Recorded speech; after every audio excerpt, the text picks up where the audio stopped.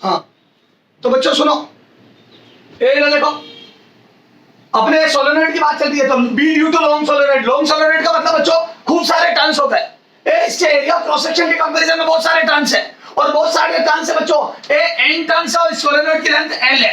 There are N turns and length of solenoid is L and I current is flowing into each turn. ये current यू घूमता घूमता आ रहा है, इसका 2D डायग्राम ये देखो। ऊपर से करंट बाहर आ रहा है और यहां से अंदर जा रहा है, देखो क्रॉस मतलब अंदर जा रहा है, यहां से बाहर आ रहा है, और इधर भी इनफाइनाइट लोग इधर भी, और हमें अंदर भी निकालना है। अब सुनना बच्चों ध्यान से, अंदर भी निकालना किसी पॉइंट पी पर। हेलो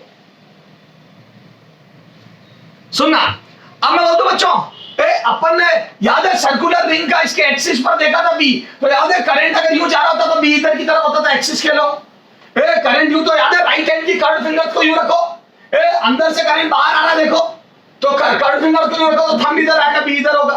तो बंधु ऐसे ही यहां पे भी देखो, करंट ऊपर से बाहर आ रहा है तो राइट हैंड की कर्व फिंगर को यूं रखा तो थंब इधर, तो बंधु बच्चों बी की डायरेक्शन इधर होगी।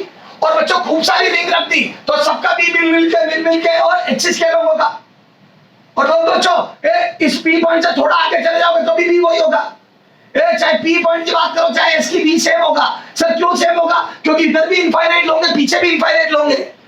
गोवा के समुद्र के किनारे आप अगर थोड़ा आगे चले जाते हो या थोड़ा पीछे, तो बंधु आपको पता ही नहीं पड़ेगा कि गोवा के समुद्र में आप थोड़ा सा आगे पीछे हो गए किनारे पे, क्योंकि इधर भी इनफाइनाइट लोग पानी है, इधर भी इनफाइनाइट। तो हम फोन पे बात करते करते मूव कर रहे हैं तो हमें पता ही नहीं पड़ेगा हम थोड़ा डिस्प्लेस हुए, हमें पता ही नहीं पड़ेगा हम पहले कहां थे, क्योंकि दोनों तरफ एक जैसा दिखेगा इनफाइनाइट लोग। हेलो, तो बंधु बच्चों अगर कोई आदमी पी पर है तो भी उसके लिए इधर और इधर इनफाइनाइट टर्न्स है, और एस पर है तो भी इधर और इधर इनफाइनाइट है। तो बंधु बच्चों पूरे सोलेनोइड के अंदर बी यूनिफॉर्म होगा। हेलो बोलो बच्चों। हाँ, तो बच्चों सुनो, एक लाइन ले लेता हूं, एटलीस्ट इस लाइन पर मैं बोलूं तो बीच इतना यहां होगा, इतना यहां, इतना यहां, इतना यहां। क्यों?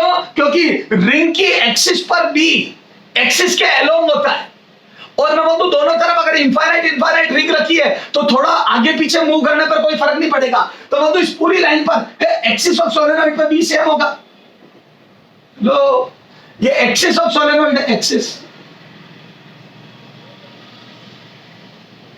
हेलो, तो इनफाइनाइट लोग सोलेनोइड के अंदर एक्सिस के अलोंग आप आगे पीछे मूव करोगे कोई दिक्कत नहीं है।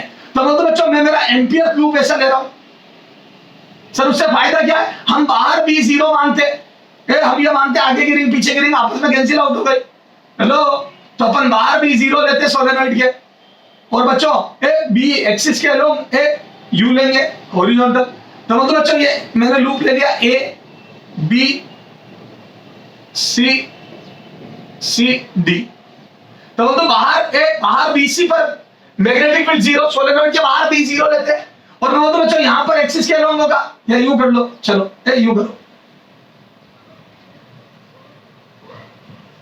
नहीं यू ही तो, बी यू ही तो आ रहा है, ठीक है यू करो, ए बी सी और डी यू। तो बोलते बच्चों इधर देखो, इस वाली लाइन पर तो बी कांस्टेंट है। क्यों? क्योंकि सोलेनोइड में थोड़ा सा एक्सिस पर आगे पीछे होने पर बी वेरी नहीं करेगा, क्योंकि दोनों तरफ इनफाइनाइट लॉन्ग रिंग्स रखी हुई है। इनफाइनाइट लॉन्ग सोलेनोइड है तो इधर भी इनफाइनाइट रिंग है, इधर भी, तो बंधु कोई ज्यादा चेंजेस ही नहीं आएगा। तो बोलते बच्चों इधर देखो, तो यहाँ पे पूरी लाइन पर बी सेम होगा। ओके, तो बंधु इधर बी की डायरेक्शन और डीएल की डायरेक्शन सेम होगी, तो बंधु इस ए बी पर बी पैरेलल टू डीएल होगा। हेलो, क्योंकि मैंने बता दिया ना बी एक्सिस के अलोंग होता है, तो ए से बी जाऊंगा तो बी और डीएल सेम डायरेक्शन में होंगे। बोलो बच्चों।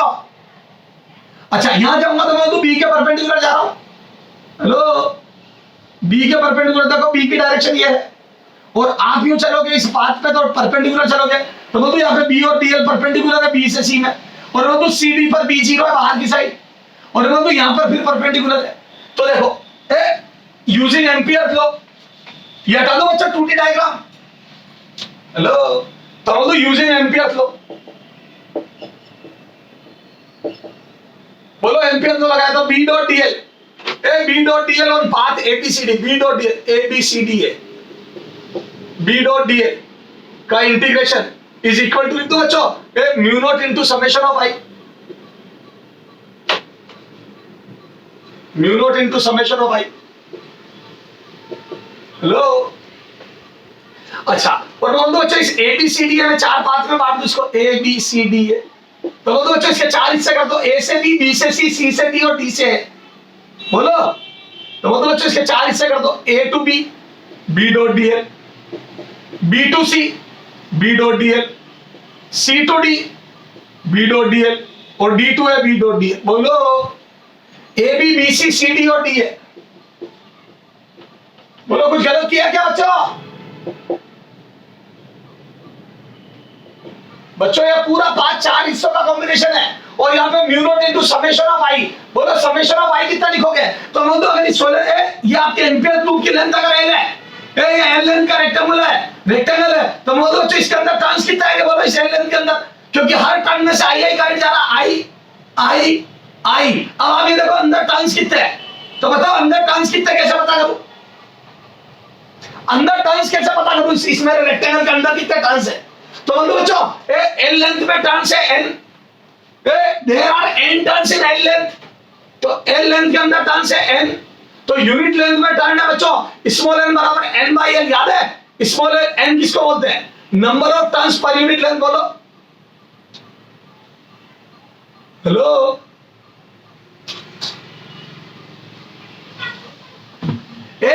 एल लेंथ में टर्न से एन, तो यूनिट लेंथ में टर्न से बच्चों एन बाई एल, तो बच्चों स्मॉल एल लेंथ में टर्न्स कितने? तो turns in small L length, turns in small L length, बोलो कितना आ जाएंगे? तो बोल दो बच्चों एन डैश बराबर, बोल दो बच्चों n by L into small l. लो, ये आ गए अपने टर्न्स। तो बताओ करंट कितना आ जाएगा इन सब टर्न्स में? तो बोल दो जितने टर्न्स है उतना करंट, क्योंकि हर टर्न में आई करंट आ रहा। देखो ना बच्चों, यहां से आई करंट निकला, यहां से एंटर करा, फिर इधर से आई निकला, एंटर करा, तो मतलब हर टर्न में से आई करंट आ रहा है और इसके अंदर से जितने भी टर्न है उनमें से बाहर आ रहा है करंट। देखो आई। तो याद है एम्पियर लॉ में से कितना, एम्पियर लूप में से करंट का समेशन कैसे करते हैं मैंने बताया कल। तो बोलो बच्चों समेशन ऑफ आई कितना आ जाएगा? तो समेशन ऑफ आई जाएगा N dash turns in my loop into हर टर्न में करंट। तो बोलो हर टर्न में करंट बच्चों आई है और मेरे लूप के अंदर टर्न से एन डैश। बोलो, तो एन डैश इंटू आई। बच्चों मुझे बताओ मेरे लूप में टर्न्स कितने हैं? तो बोलो बच्चों एन लेंथ में एन टर्न्स है और यूनिफॉर्मली डिस्ट्रीब्यूटेड है, तो यूनिट लेंथ में टर्न आ गया एन बाई एल, तो मेरी लेंथ मेरे सोलेनॉइड मेरे इस लूप की लेंथ एल है, small L. My loop having length L, length of my loop is small L. Okay, तो मतलब इसके अंदर टर्न्स कितने आ गए? तो N by L turns per unit length into small L, और इसके अंदर करंट कितना आ गया? तो हर टर्न में आई करंट है, तो आई का मल्टीप्लाई कर दिया, खत्म। बेटा अंदर टर्न कितने?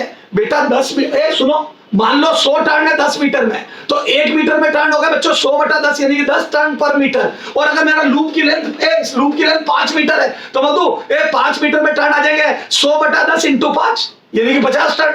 Yes sir. तो आ जाओ कितना लिखो यहाँ? तो समेशन ऑफ आई कितना लिखो बोलो?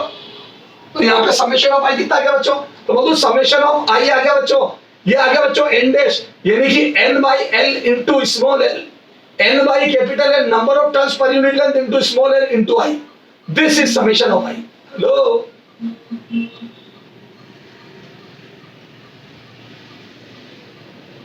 ओके,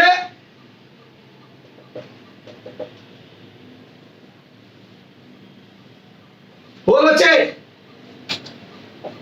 ये याद रख दो। तो समेशन ऑफ आई की वैल्यू रखो तो कितना आ जाएगा बच्चों? n by capital L into small L, this is number of turns in our loop into each loop का करंट आई। ये अब बताओ बच्चों कहां कहां बी जीरो होगा? तो बोलो ए से बी तक तो बी और डी पैरेलल है, ये हटा दो बच्चों, ये हटा दो, ये जगह घेर रहा है। तो मतलब बच्चों ए से बी और डी एल पैरेलल है क्योंकि एक्सिस कह लो। हेलो, तो मतलब यहाँ पे बी और डी एल पैरेलल है, और बोलो तो बच्चों ए से बी से सी परपेंडिकुलर है। बोलो यहाँ पे बी से सी में परपेंडिकुलर, और बी से सी में परपेंडिकुलर और डी से ए में परपेंडिकुलर है। बोलो यहाँ पे B perpendicular to D L है। अरे बच्चों ये देखो ना लूप में यहाँ बाहर जा रहे थे ना बी से सी, और डी से ए भी तो परपेंडिकुलर आ रहे थे बी के। ये देखो ये बी इधर और आप ऊपर जा रहे हो, यहाँ पे बी इधर और आप नीचे आ रहे हो, तो मतलब इन दोनों जगह परपेंडिकुलर था। बोलो, बोल ही नहीं रहे हो। पक्का समझ में आ रहा है क्या? तो बोलो थीटा 90, थीटा 90, और जहां जहां थीटा 90 होगा बच्चों cos 90 0, यहां पे भी cos 90 0, और बोल दो बच्चों cos 90 0 होते ही बोल दो b डॉट dl भी जीरो हो गया, b डॉट dl, क्योंकि डॉट प्रोडक्ट में cos आता है, तो इन दोनों जगह b डॉट dl जीरो हो गया, तो बोल दो ये कट के जीरो आ गए। हेलो, रीजन इज दिस, इन दोनों का रीजन ये ना, बोलो। अच्छा ये भी जीरो होगा, क्यों? क्योंकि बी जीरो है बाहर, मैंने बताया ना सोलेनोइड के बाहर बी जीरो होता है, तो बोल दो because B zero, A B outside zero. Hello,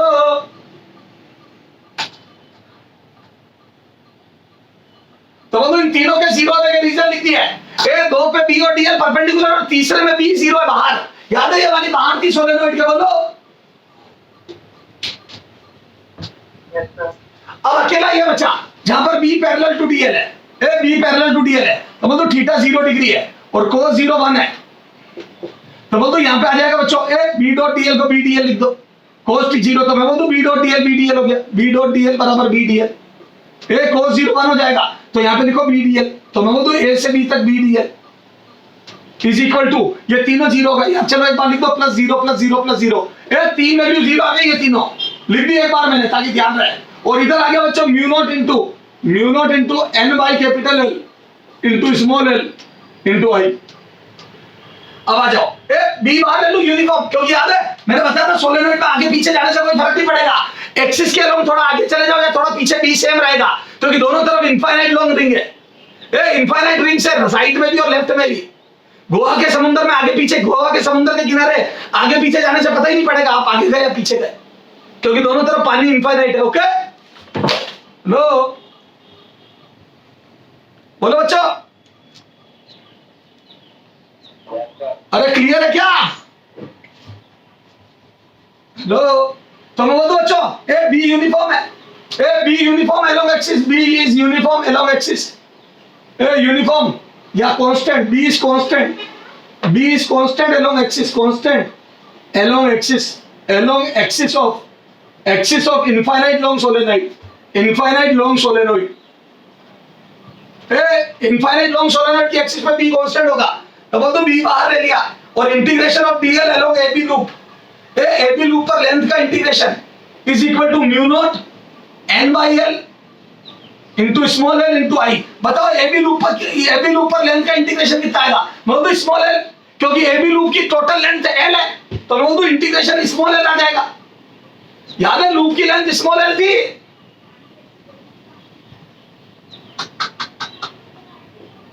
hello, yes sir, तो बोल दो स्मॉल एल कट गया, तो याद करो बी कितना आता है, तो यस सोलेनोइड का बी यही होता है बच्चों, सोलेनोइड का बी होता है mu naught N by L into I, this is B due to long solenoid. और बच्चों इसको बहुत ज्यादा अच्छे से आप जानते हो, mu naught into small N i, याद है आपने फॉर्मूला ये पढ़ा होगा, mu naught into small N i, where small is n is number of turns per unit length. Okay, बोलो, a small n is number of turns per unit length. Okay, ये solenoid का formula पढ़ा होगा आपने, infinite long solenoid की axis पर B. Hello, yes sir, अब देखो बच्चों, अपने कंपटीशन एग्जाम में derivation is not so important, but हाँ नॉलेज होना चाहिए कैसे आया। ओके, तो मैं ऊपर लिख रहा हूं साफ सुथरे अक्षरों में, साफ सुथरे अक्षरों में ऊपर लिख रहा हूं, सोलेनोइड की वजह से बी कितना होता है ऊपर लिख रहा हूं बच्चों।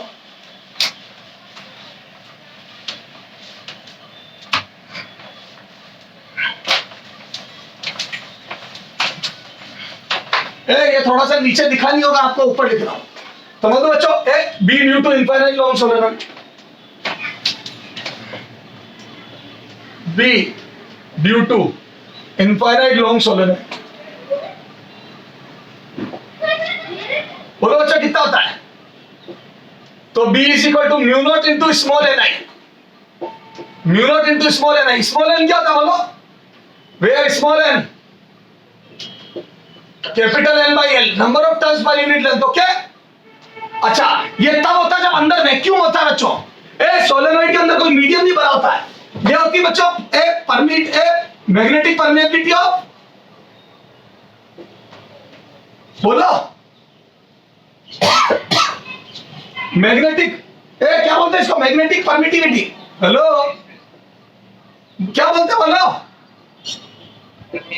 हाँ, मैग्नेटिक परमिएबिलिटी, परमिएबिलिटी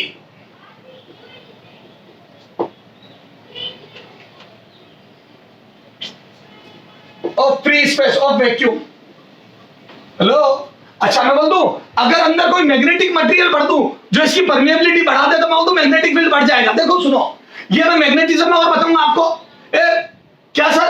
तो जैसे जैसे अपन मैग्नेटिक मटेरियल भरते हैं तो देखो, एक तो होता है वैक्यूम की परमिएबिलिटी, वैक्यूम कितना चाहता है। देखो करंट वो रीजन है जिसकी वजह से मैग्नेट प्रोड्यूस हुई है, मैग्नेटिक फील्ड प्रोड्यूस हुआ, ये ओरस्टेड ने बताया।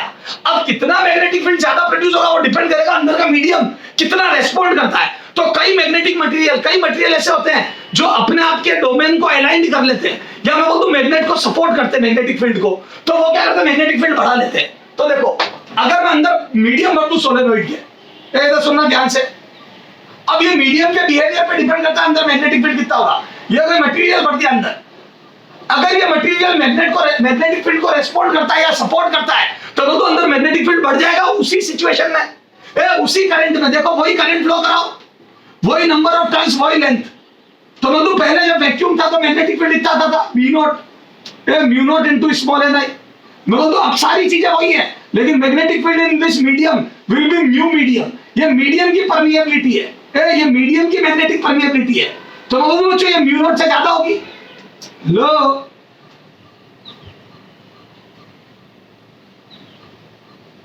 हेलो, अच्छा इसको जो लिखता है बच्चों, रिलेटिव परमिएबिलिटी बराबर मीडियम की permeability with respect to vacuum. तो मैं बोलूं बच्चों म्यू मीडियम कितना आ गया, तो मैं बोलूं relative permeability of medium into mu not. Hello, तो यहां पे मैं चाहूं तो ये भी लिख सकता हूं, तो मैं तो कोई मीडियम भरने के बाद मैग्नेटिक फील्ड हो जाएगा बच्चों, जो पहले था उसका म्यू रिलेटिव, म्यू मीडियम की जगह mu relative into mu naught into NI. और मैं बोलता बच्चों इसको मैं लिख सकता हूं mu R into mu naught into NI. और मैं बोलता ये पुराना वाला मैग्नेटिक फील्ड है। हेलो, तो बोल दो, बोल बच्चे, मैं बोलता हूं mu, if mu R is greater than 1, बोलो if mu R is greater than 1, तो मैं तो बच्चों बी मीडियम के अंदर ज्यादा हो जाएगा पहले से। तो मतलब ये जिनकी रिलेटिव परमिएबिलिटी 1 से ज्यादा होती है, ऐसे मटेरियल जिनकी रिलेटिव परमिएबिलिटी 1 से ज्यादा होती है वो मैग्नेटिक फील्ड बढ़ा देते हैं अंदर। आयरन, निकल, कोबाल्ट, ये फेरोमैग्नेटिक सब्सटेंस है, ये तो जबरदस्त तरीके से मैग्नेटिक फील्ड बढ़ा देंगे अंदर, क्योंकि खुद भी सपोर्ट करते हैं, अपने डोमेन को अलाइन कर लेते हैं और मैग्नेटिक फील्ड जितना आना चाहिए उससे भी ज्यादा ले आते हैं। Hello, yes sir. अरे मैं तेरे को मेहनत करते हुए देख रहा हूं और मैं भी तुझे पढ़ाने लग गया, तो मैं बोलूं मैंने तेरे रिजल्ट में तुझे सपोर्ट कर दिया, तुझे मेहनत करता हुआ देख के, तो मैं एक ऐसा मैग्नेटिक मटेरियल हो गया जिसने तेरे मैग्नेटिक फील्ड को सपोर्ट कर दिया। Hello, yes sir. मैं बोलूं कई मटेरियल ऐसे होते हैं जिनका म्यू आर लेस देन 1 होता है, वो उल्टा अपोज कर देते हैं मैग्नेटिक फील्ड को। नहीं होता कई दोस्त जलन के मारे अपने को उल्टी गुमराह करते हैं, तो मैं वो अपनी एफिशिएंसी को घटा देंगे, या वो जितना पहले मैग्नेटिक फील्ड आ रहा था उससे भी कम आने लगेगा। Yes sir. तो ये हो गया छोटी मोटी चीजें। तो बच्चों इनफाइनाइट लॉन्ग सोलेनोइड का वैक्यूम में मैग्नेटिक फील्ड इतना होता है, जब कोई मीडियम भी बनाओ और कोई मीडियम बढ़ जाता है तो इतना होता है, इतना। और उसको अगर अपन चाहो तो इससे रिप्लेस करूंगा तो ये आ जाता है mu R times of this. Hello, ये याद कर लो। तो बोलो this magnetic field is in any medium, तो मीडियम बढ़ते ही म्यू नॉट की जगह म्यू मीडियम आ जाता है, खत्म। म्यू नॉट वैक्यूम की परमिएबिलिटी की बजाय मीडियम की परमिएबिलिटी आ जाती है, और मीडियम की परमिएबिलिटी ज्यादा भी हो सकती है, वैक्यूम से कम भी हो सकती है। और ओके, करो, नोट करो यहां तक। फिर एक बहुत बच्चों वाला क्वेश्चन करते हैं और फिर देखते हैं दूसरे टाइप के सोलेनोइड का कितना होगा। ये तो इनफाइनाइट लॉन्ग सोलेनोइड का था। चला आगे, जल्दी करो। Okay sir. हाँ, हटा दूं? Yes sir. अच्छा, म्यू नॉट की एमकेएस में वैल्यू कितनी होती है तो मैंने बताया था, magnetic permeability of vacuum 4 pi into 10⁻⁻⁷ याद है एमकेएस में? Yes, sir. नहीं याद है? हाँ, अब इधर देखो बच्चों, हाँ इधर देखो, if length of long solenoid is 10 meter and total number of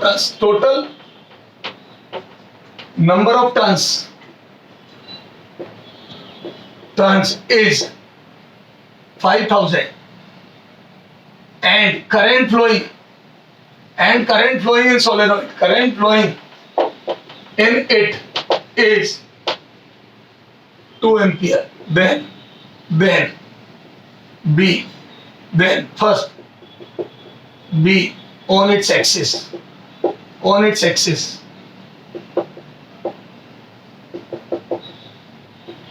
second,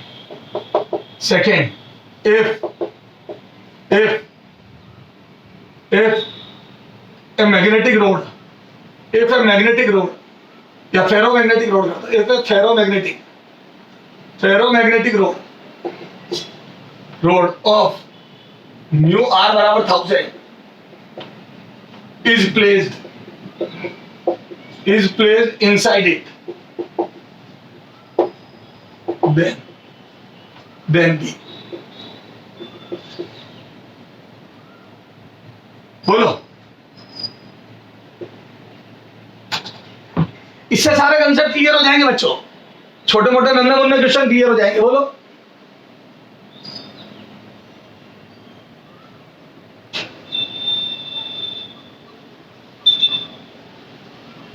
हाँ बोलो। मैं बोलता बच्चों इधर देखो सॉल्यूशन, बताओ पहले का आंसर कितना आ जाएगा? तो वैक्यूम में जब कोई मीडियम नहीं भरा तो बी कितना आ जाएगा? तो बोलता mu naught into small N I. This is the formula of long solenoid along its on its axis. Magnetic field on axis of long solenoid is given by B naught बराबर mu naught into small N i. Hello, बताओ small N क्या बच्चों? पहले mu naught की value रखो MKS में, और मैं बोलता बच्चों इसको n by l, और n by l लिख दो बच्चों 5000 turns on 10 metre. Hello, number of turns per unit length. Yes, sir.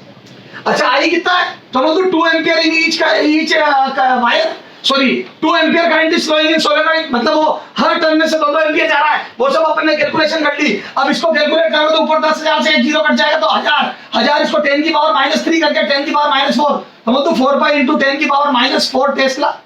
यूं ही छोड़ दो। बोलो, Yes, sir. अब चाहो और रफ कैलकुलेशन करना चाहो तो मैं बोलता हूं इसको 3 मान लो, तो 4 तेरी 12, और ये इसका 1 जीरो इसको दे दो तो 1.2 मिली टेस्ला। लो बच्चों, चाहो जैसे लिख लो यार, ये रफली लिख दिया मैंने। थोड़ा इसको 4 पाई को 12 मान लिया, आज पाई को 3 ले लिया लगभग, जबकि समझ गए क्या यार? Yes, sir. हाँ, अच्छा बताओ, ये पहले का सॉल्यूशन हो गया, सेकंड का बताओ। अगर अंदर मटेरियल डाल दूं तो क्या होगा?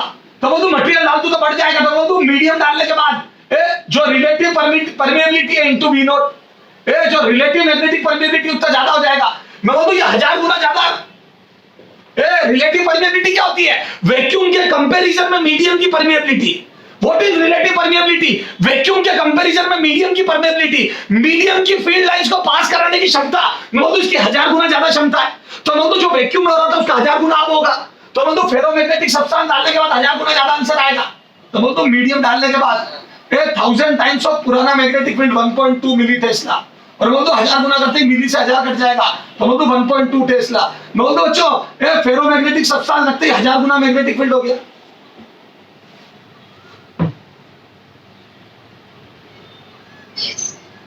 कितने लोगों के समझ में आया?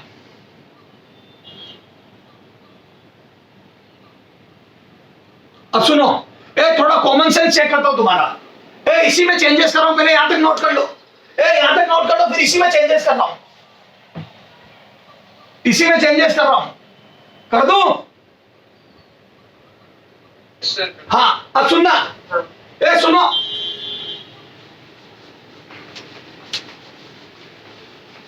ए इधर देखो, third, if cross sectional radius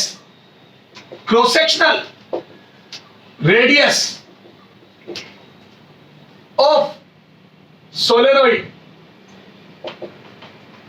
is reduced to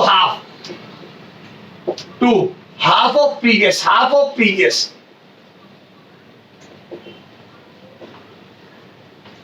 then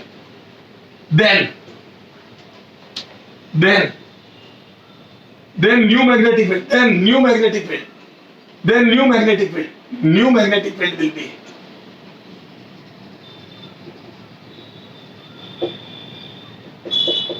बोलो बच्चों, ए सुनो, अच्छा, reduce to half of its previous value and number of turns per unit length remains same and also current and also I, then new magnetic field, then new B. तो बताओ, ए वही, ए पहले से कंपेयर करो, तो पहले वैक्यूम में जो B था, then new magnetic field, then new B dash in vacuum, a medium नहीं बना ध्यान रखना, is equal to what? तो बताओ बच्चों, ए क्रॉस सेक्शनल रेडियस, तो पहले सोलेनॉइड ऐसा दिखता था, देखो थोड़ा बड़ा था और ऐसे टर्न्स लपेटे हुए थे, और अब सोलेनॉइड को आधी रेडियस का कर दिया और टर्न्स उतना ही लपेट दिया पर यूनिट लेंथ पे। तो बताओ बच्चों V में क्या चेंजेस आएगा, पहले वाले V में और अब वाले V में कितना चेंजेस आएगा, बोलो तो सेम रहेगा। हेलो, क्योंकि क्रॉस सेक्शनल रेडियस से कोई फर्क ही नहीं पड़ता। याद करो म्यू नॉट एन आई में कहीं क्रॉस सेक्शनल रेडियस आई नहीं थी। Hello, Yes, sir. तो मैं बोलता बच्चों विल रिमेन सेम। तो ए इसका सॉल्यूशन लिख दो बच्चों, V डैश बराबर V नॉट बराबर 1.2 मिली टेस्ला। हेलो, मैं बोलता विल रिमेन सेम। बोल बच्चे,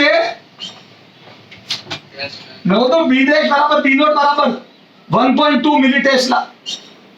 It doesn't depend upon cross-sectional radius. It doesn't depend upon cross-sectional radius. Doesn't depend upon cross-sectional radius.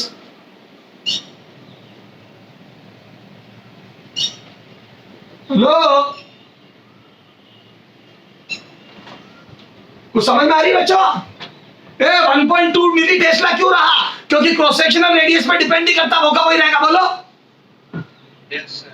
लेकिन बच्चों सुनना, चुपचाप सुनते रहो बच्चों, कंसंट्रेशन लूज करेंगे कि काम खत्म हो जाएगा एग्जाम में। चीजें दिखती बड़ी आसान है। हाँ बेटा देखो,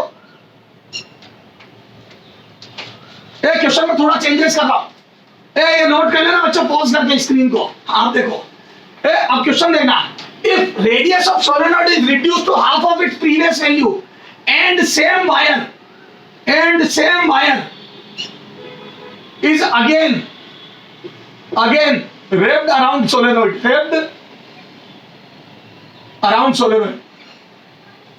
this solenoid, around this new solenoid, and same current is passes through it, same current passes, then new magnetic field, a new B dash in vacuum. लो बताओ, इस क्वेश्चन में और इससे पिछले लिखे क्वेश्चन में कोई अंतर है क्या? Yes, sir. क्या अंतर है? Sir, radius कम होगी तो number of turns बढ़ जाएगी। वेरी गुड, बच्चे इंटेलिजेंट है। किसने जवाब दिया है? हाँ, बिल्कुल सही बोला। इस क्वेश्चन में और पिछले में डिफरेंस है। पिछले में मैंने रेडियस आधी कर दी थी, लेकिन टर्न्स पर यूनिट लेंथ उतने ही रखे थे, मतलब उसमें मैंने वायर भी छोटा लिया था। क्योंकि देखो रेडियस आधी कर दी बच्चों, और अगर वही वायर लेता तो डबल टर्न्स आते। क्यों? क्योंकि रेडियस आधी कर दी तो सरकमफ्रेंस 2πr छोटी हो जाएगी। देखो रेडियस आधी कर दी थी पिछली बार, तो सरकमफ्रेंस भी तो छोटी होगी। तो बोलते बच्चों ये रेडियस r थी और ये r/2 हो गई। तो बोलो रेडियस आधी हो गई बच्चों, तो बोलो तो जितने टर्न्स यहाँ पे लपेटे थे उसके डबल यहाँ आएंगे, क्योंकि रेडियस अगर आधी हो गई तो बच्चों ज्यादा लपेटे जाएंगे टर्न्स, अगर वही वायर लिया तो। पर पिछली बार मैंने बाउंड कर दिया था कि सेम नंबर ऑफ टर्न पर यूनिट लेंथ है, वो मैंने एडजस्ट किया, वायर छोटा कर दिया, लेकिन इस बार वही वायर लपेट रहा हूं, तो नंबर ऑफ टर्न्स डबल हो जाएंगे। हेलो, यहां देखो सॉल्यूशन, मैं बोल दूं r is reduced to half, hence number of turns hence for same wire मैं बोल दूं n डबल हो जाएंगे, नंबर ऑफ टर्न्स डबल हो जाएंगे, जो टर्न्स पहले n आते थे वायर पे वो डबल आएंगे। तो मैं बोल दूं इससे number of turns per unit length चाहे n/l होता था वहां 2n/l हो जाएगा। तो बोल दूं बच्चों ये स्मॉल n जो पहले था उसका डबल आएगा, जिसको पहले आप स्मॉल n बोलते थे वो अब डबल हो गया। हेलो, तो बोल दो बच्चों मैग्नेटिक फील्ड डबल हो जाएगा। सोच लोगे ना बच्चों, थोड़ा डायरेक्ट लिख दिया मैंने। बच्चों अगर आपने सेम वायर आधी क्रॉस सेक्शनल रेडियस में लपेटा, तो मैं बोलूं चूंकि क्रॉस सेक्शनल रेडियस आधी हो गई, सर्कमफ्रेंस आधी हो गई, तो बोलूं डबल टर्न आ जाएंगे, और डबल टर्न आ जाएंगे तो number of turns per unit length double होगा, क्योंकि सोलेनोइड की लेंथ तो वो की वही रखी मैंने, और number of turns per unit length double होगा तो मैग्नेटिक फील्ड भी डबल आ जाएगा। हेलो, खत्म बेटा, ये क्लासिक क्वेश्चन था बच्चों, ये क्लासिक क्वेश्चन था। ओके, एम्स में पूछा हुआ क्वेश्चन है बच्चों, ये एम्स में पूछा हुआ क्वेश्चन है। ओके, हटा दूं तो मेरे हिसाब से लॉन्ग सोलेनोइड आपको बहुत अच्छे तरीके से समझ में आ गया कि किस चीज का क्या असर पड़ता है। ओके, हेलो,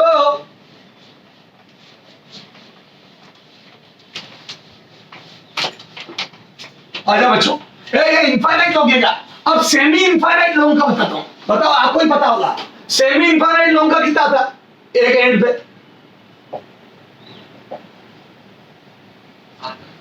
हाँ आधा, क्योंकि एक तरफ सोलेनोइड, बोल दो हाफ आ जाएगा क्योंकि एक तरफ वाला सोलेनोइड गायब हो गया। सेमी इनफाइनाइट लॉन्ग का मतलब एक एंड पे निकाल रहा हूं। अरे है वही यार, बस एक एंड पे आ गए पर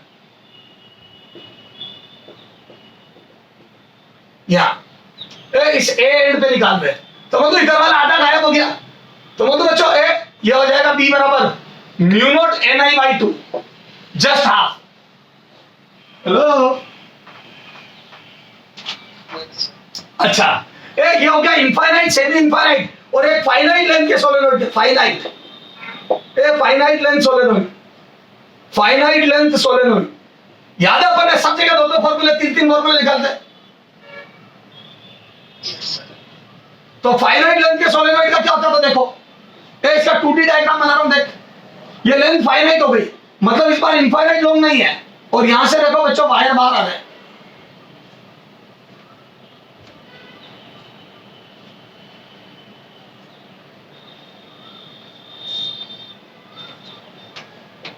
ये अच्छा सुनना, अब ये देखो बच्चों, ये इसकी एक्सिस है, ये ए एंड है और ये बी एंड है, ये लेंथ है, और मैं बोलूं इसके सेंटर से ये देखो ये और ये डिस्टेंस ये, इस एंगल को θ1 बोलते हैं, दोनों क्लॉकवाइज, दिस इज θ1। क्या है ये एंगल? पहले वाले एंड को सेंटर से मिलाओ, या जिस पॉइंट पर निकालना उस पॉइंट को मिलाओ। पहले वाले एंड को जिस पॉइंट पर बी निकालना उस पॉइंट से मिलाओ।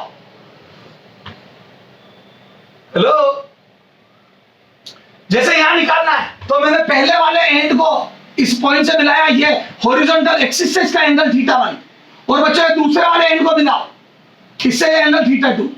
हेलो,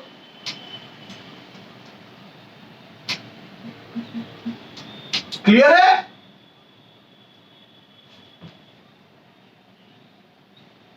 बोल ही नहीं रहे हो। Yes, sir. तो बच्चों सोलेनोइड का मैग्नेटिक फील्ड बताओ कितना होता है? तो वो होता है बी बराबर, बोलो बी बराबर फॉर्मूला होता है mu naught ni/2। Common sense से भी लिख सकते हो आप, cos θ1 प्लस cos θ2। हेलो बताओ, प्लस आएगा माइनस यहाँ पे? cos θ1 प्लस cos θ2 आएगा, cos θ1 माइनस cos θ2। बोलो तो चेक करते हैं। मान लो मेरे को कंफ्यूजन हो गया, प्लस आएगा माइनस कंफ्यूजन हो गया, तो आ जाओ इनफाइनाइट लॉन्ग के लिए निकालते हैं। तो बताओ इनफाइनाइट लॉन्ग हो तो थीटा 1 थीटा 2 कितना आएगा? तो बताओ अगर ये इनफाइनाइट लॉन्ग है तो थीटा 1 0 आ जाएगा इस सेंटर से। इधर इस वाले एंड को मिलाने के लिए एक सीधी लाइन आएगी, तो थीटा 1 0 और उस वाले एंड को मिलाने के लिए ये भी लाइन सीधी आएगी, तो इधर से एंगल ये तो 180 हो जाएगा और पहला वाला 0 हो जाएगा। हेलो, तो थीटा 1 0 और थीटा 2 180 हो जाएगा। हेलो, बोल ही नहीं रहे हो। Yes sir. तो बच्चों इनफाइनाइट लॉन्ग के लिए यहां पे लिख रहा हूं for infinite long case 1 for infinite long solenoid. इससे वापस इनफाइनाइट लॉन्ग सोलेनोइड का निकाल रहा हूं।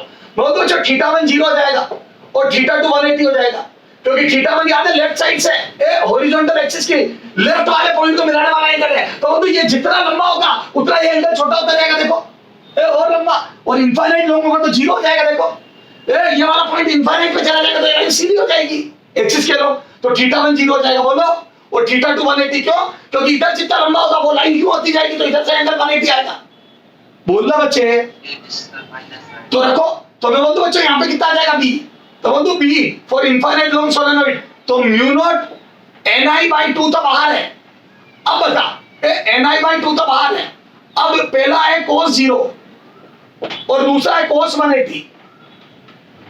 अब अगर बीच में प्लस लिख दूंगा तो 0 आंसर आ जाएगा। क्यों? क्योंकि cos 0 1 और cos 180 -1, और अगर बीच में प्लस ले लिया तो 1 - 1 0 आ जाएगा, जबकि मुझे 2 लाना है। अंदर 2 लाना था तो 2 से 2 कट के म्यू नॉट ni आएगा ना, वो भी माइनस होता है। याद रखने का तरीका। हेलो, ये होता है जनरल फॉर्मूला। फाइनाइट लेंथ के सोलेनोइड का ये फॉर्मूला होता है। खत्म। कैसे पता करा क्या सही फॉर्मूला समझ में आ गई क्या?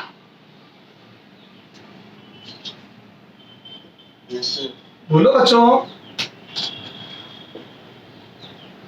इससे अपने इनफाइनाइट लॉन्ग सोलेनोइड का भी डेरिवेशन हो जाएगा, फाइनाइट का भी करो। इनफाइनाइट तो बोल दो इनफाइनाइट के लिए दोनों रखे, और cos 180 -1 और ये 0 cos 0 1, तो मैं बोल दूं अंदर आ जाएगा बच्चों ये म्यू नॉट ni/2, अंदर आ जाएगा 1 - -1, और बोल दूं अंदर 2 से 2 कट जाएगा तो म्यू नॉट ni। खत्म। आ गया क्या इनफाइनाइट वाला answer? Hello, yes sir. Case 2 for semi infinite long. Semi infinite long solenoid किसको बोलते हैं? जिसके एक एंड पर बी निकालते हैं। अरे होता तो इनफाइनाइट ही है, पर एक एंड पर बी निकालते हैं, जैसा भी निकाला था। और याद है इसका आंसर अपन ने रटा था म्यू नॉट ni/2 आता है। हेलो, सेंटर पे तो निकाला था mu not ni, infinite long का तो निकाला था म्यू नॉट ni, इसका तो रट लिया था म्यू नॉट ni/2। वैसे सिमेट्री से देखा था आधा गायब हो गया, इधर वाला आधा गायब हो गया, तो अपना आंसर आधा आ जाएगा। बिल्कुल ओके, तो सिमेट्री से निकाल लिया आधा। चलो चेक करते हैं। तो बोलो सेमी इनफाइनाइट के लिए बोलो थीटा 1 कितना हो जाएगा? तो बोलो थीटा 1 90 डिग्री और थीटा 2 इनफाइनाइट। सर ये क्या कर, सॉरी 180। सर ये क्या कर, बताओ बच्चों कैसे लिखा मैंने ये?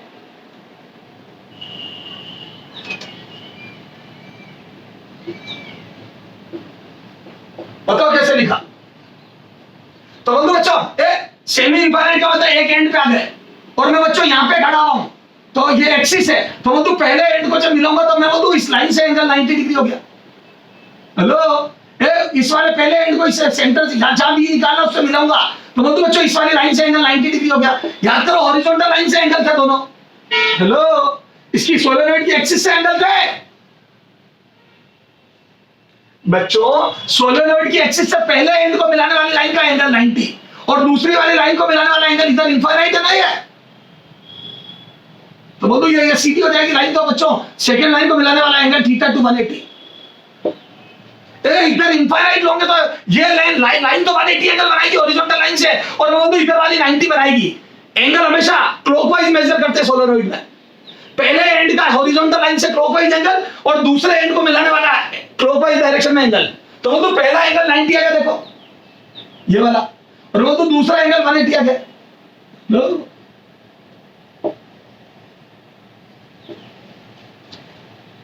कितने लोगों को समझ में आया? पहला 90 और दूसरा 180।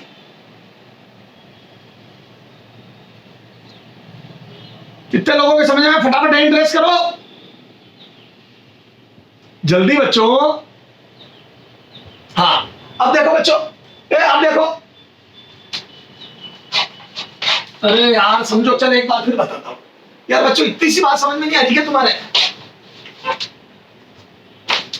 इतनी सी बात समझ में नहीं आ रही है तुम्हारे एंगल। ये देख, ये सेमी इंफाइनाइट लोग इसको बोलते हैं, ये हॉरिजॉन्टल लाइन, हमेशा एंगल हॉरिजॉन्टल लाइन से लेते हैं, और मैं यहां खड़ा हुआ हूं, एक एंड पर बी निकाल रहा हूं, तो बोल दो बच्चों ये ए एंड है और ये बी एंड है, बोल दो इसको मिलाऊंगा तो सॉरी ये मान लो पी एंड है और ये एस एंड है, बोल दो पी एंड फर्स्ट एंड को मिलाऊंगा तो ये देखो हॉरिजॉन्टल लाइन से angle 90 degree, this is theta 1।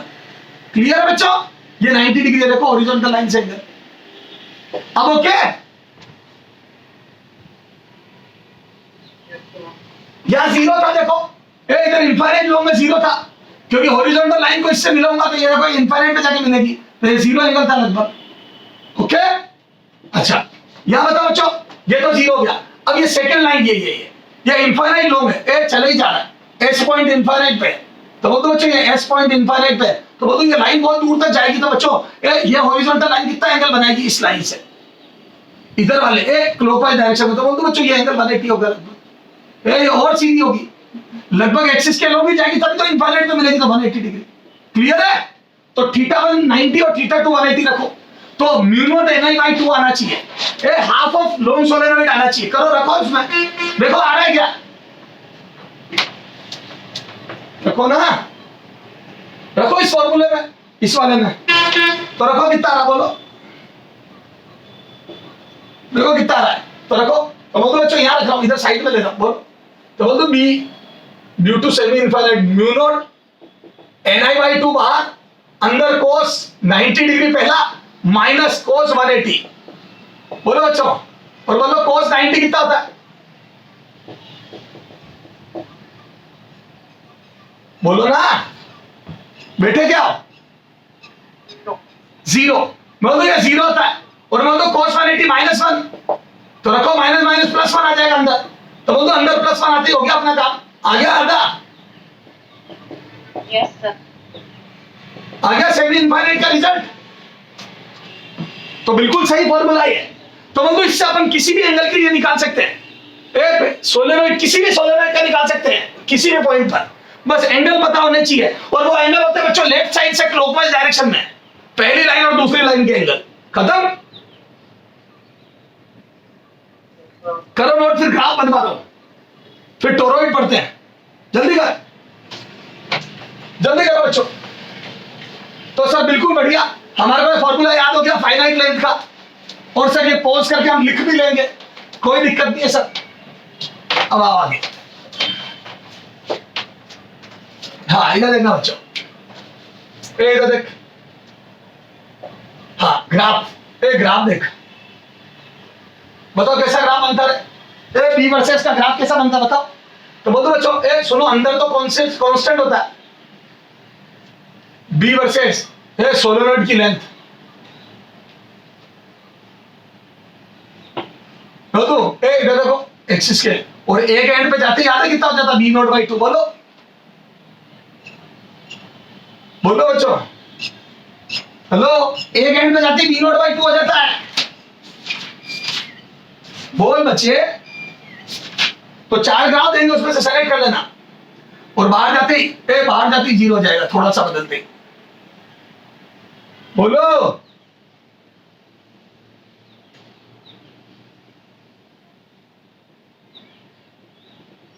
एक एंड पे जाती सोलेनोइड की लेंथ खत्म जाओगी, L/2 L/2, मैं बोल दूं टोटल लेंथ L है, ये सेंटर है, हेलो, तो बोल दूं ये एक एंड आ गया, b0/2 हो जाएगा, यहां अगर b0 है सेंटर में, तो अंदर तो b0 होता है यूनिफॉर्म, एक एंड पे जाती b0/2 हो जाता है, बोलो धीरे धीरे घटता रहता है,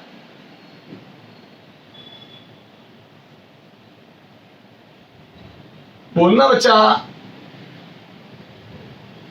इस टाइप का ग्राफ बना दो,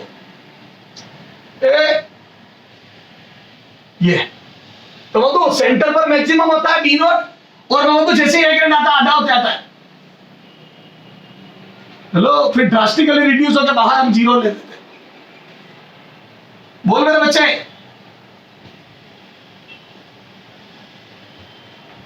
बोल बच्चे, एंड पर B naught by two B naught by D, जितना सेंटर पे होता है उसका आधा आधा होता है एंड पर। Hello, yes sir. चले, चलो अब हेडिंग डालो टोरॉइड।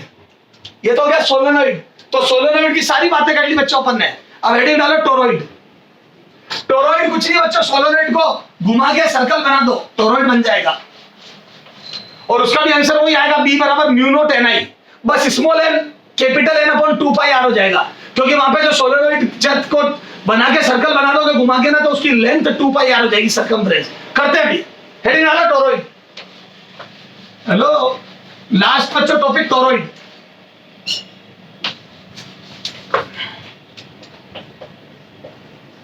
टोरॉइड, तो अच्छा टोरॉइड क्या बच्चों, सोलेनॉइड को घुमा के सर्कल बना दो।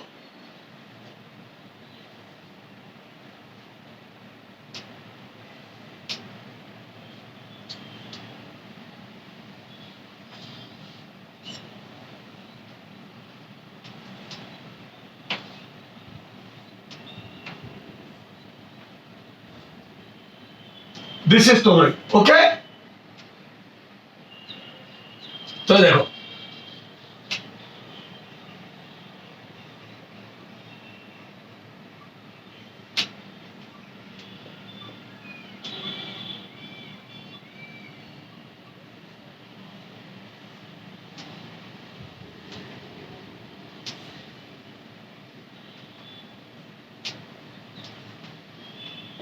ये समझ में आ रहा है?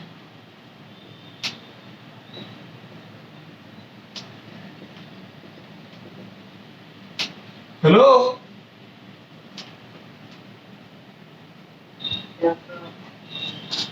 ये देखो, ये सोलेनॉइड को घुमा के टोरॉइड बना दिया बच्चों, देखो कितना बढ़िया डायग्राम बनाया, देख। हेलो, यहां से आई करंट जा रहा बच्चों, और ये एवरेज रेडियस, इसको बोलते हैं एवरेज रेडियस। सर क्यों बोलते हैं? क्योंकि इनर रेडियस और आउटर रेडियस दोनों अलग है। इससे देखो, जितना मोटा होगा उतना डिफर करेगी ये। हेलो, ये एक्सिस बना दी टोरॉइड की, देखो सर्कुलर एक्सिस बनी, 2 पाई आर उसकी लेंथ है, देखो। और माना इस पे टोटल टर्न्स n है, n टर्न्स, मैंने n टर्न्स लपेट दिए, और सब में आई करंट जा रहा है बच्चों, ये आई करंट। तो बच्चों यहाँ पे मैं बोलता हूँ बच्चों, इसकी एक्सिस पर जो भी होगा, इसी को एम्पियर लूप मान लो। ये देख, थोड़ा डार्क कर देता हूँ इसकी एक्सिस को, ये एम्पियर लूप है मेरा। सर क्यों मान रहे हो इसको? क्योंकि बीसी के अलोंग होगा। अब ज्यादा रामायण नहीं कर रहा हूं मैं, बीसी के अलोंग होगा, और इसका 2D डायग्राम बनाऊं तो ऐसा नजर आएगा। तो बच्चों, अगर इसको एम्पियर लूप मान रहे हो, तो यहां से सबसे अंदर से करंट निकलेगा, देखो ये अंदर वाले टर्न से करंट निकल रहा है, यहां से बाहर से एंटर कर रहा है, तो यहां से करंट निकलेगा, 2D डायग्राम ऐसा दिखेगा बच्चों। और इसको डॉटेड लाइन से बना दो एम्पियर लूप को।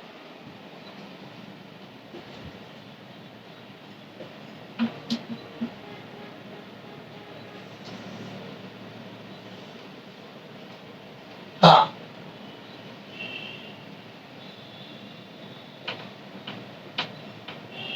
ये यहां से करंट निकलेगा और यहां से एंटर करेगा, बोलो। हेलो, क्लियर है क्या? तो मैं बोलता हूं बच्चों, मेरे लूप के अंदर है सारा करंट, देखो यहां से करंट बाहर आ रहा है, और बोलता हूं बच्चों हर टर्न से करंट आई बाहर आ रहा है यहां से, तो बोलता हूं इस लूप के अंदर तो टोटल n टर्न से तो n ही करंट बाहर आएगा। तो बोलता हूं जब मैं p डॉट dl का इंटीग्रेशन लिखूंगा is equal to mu naught into summation of i, तो बताओ मेरे लूप के अंदर करंट कितना है? याद है समेशन ऑफ i, लूप में से पासेस करंट आता है, तो बोलता हूं सारा करंट बाहर आ रहा है और टोटल n टर्न्स बाहर आ रहे हैं, तो बोलता हूं ni करंट होगा। हेलो, इसमें करंट निकालना बहुत आसान है, ni, क्योंकि सारे टर्न्स मेरे लूप के अंदर से बाहर आ रहे हैं, और वो जो करंट यूं जा रहा है अंदर, वो मेरे लूप से बाहर, इसलिए उसको नहीं गिन रहा हूं। याद है समेशन ऑफ i लूप के अंदर करंट होता है, नॉट लूप के बाहर वाला करंट। इधर देख, एम्पियर लूप ये रहा, इसमें ये करंट आई, ये जा रहे हैं, बता कौन सा करंट गिनोगे, इन तीनों का या इन चारों का? b dot dl is equal to mu naught into summation of i में समेशन ऑफ i कौन सा गिनोगे? लूप के अंदर का करंट या बाहर वाला भी गिन लोगे? सिर्फ अंदर वाला, क्योंकि समेशन ऑफ i में अपन लूप से पासेस करंट गिनते हैं, तो बोलो हमारा जो लूप है उससे करंट सिर्फ अंदर से बाहर आ रहा है, हमारा जो लूप है उसके अंदर करंट ये बाहर आ रहे हैं सारे। वो तो जो अंदर जा रहे करंट वो तो लूप के बाहर है, लूप के आउटसाइड है, उसको क्यों गिनूंगा मैं?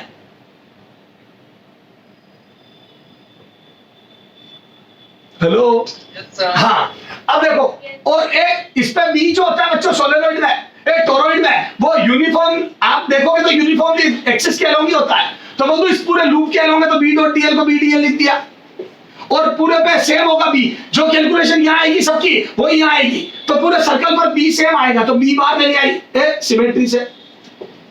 बच्चों तुम खुद दिमाग लगाओ ना यार बच्चों, तुम इस सर्कल पे कहीं पर भी खड़े हो जाओ, तुम्हारे लिए तो पूरा टोरॉइड एक जैसे ही दिखेगा मैग्नीट्यूड में।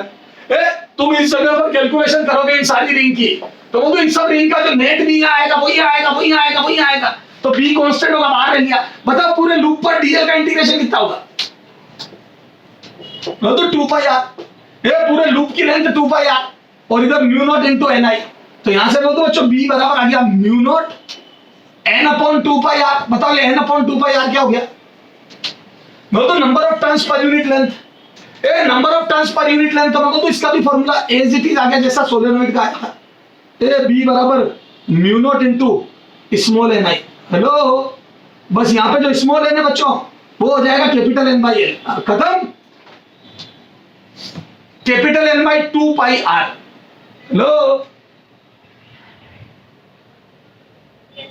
तो इसमें भी अगर मीडियम आप कोई और मैग्नेटिक मटेरियल या फेरोमैग्नेटिक सब्सटेंस भर दोगे तो म्यू आर आ जाएगा, ज्यादा हो जाएगा, म्यू आर ग्रेटर देन 1 हो जाएगा, और कोई फेरोमैग्नेटिक की जगह थोड़ा सा मैग्नेटिक फील्ड को अपोज करने वाला भर दोगे तो म्यू आर लेस देन 1 और कम हो जाएगा मैग्नेटिक फील्ड। खत्म बच्चों।